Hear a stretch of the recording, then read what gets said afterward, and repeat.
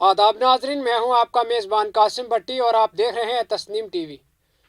चलिए शुरुआत करते हैं बुलेटिन की कुछ खास खबरों के साथ। इस बार हरिद्वार जिला की हानपुर असेंबली सीट से आज़ाद उम्मीदवार सहाफ़ी उमेश कुमार जीत गए थे।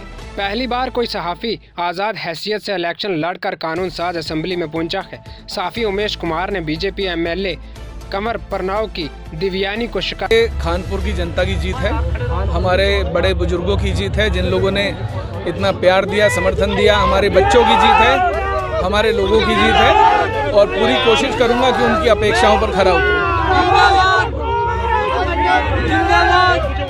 चैंपियन साहब के सामने देखिए साहब, क्या है कि ये विकास की लड़ाई थी और जनता ने विकास के लिए वोट करा, क्योंकि 20 सालों से कोई विकास नहीं हुआ था। ये उसी विकास के लिए जनता ने इतना प्यार मिला है। जनता के लिए क्या करेंगे? मेरा जीवन ही जनता के लिए है।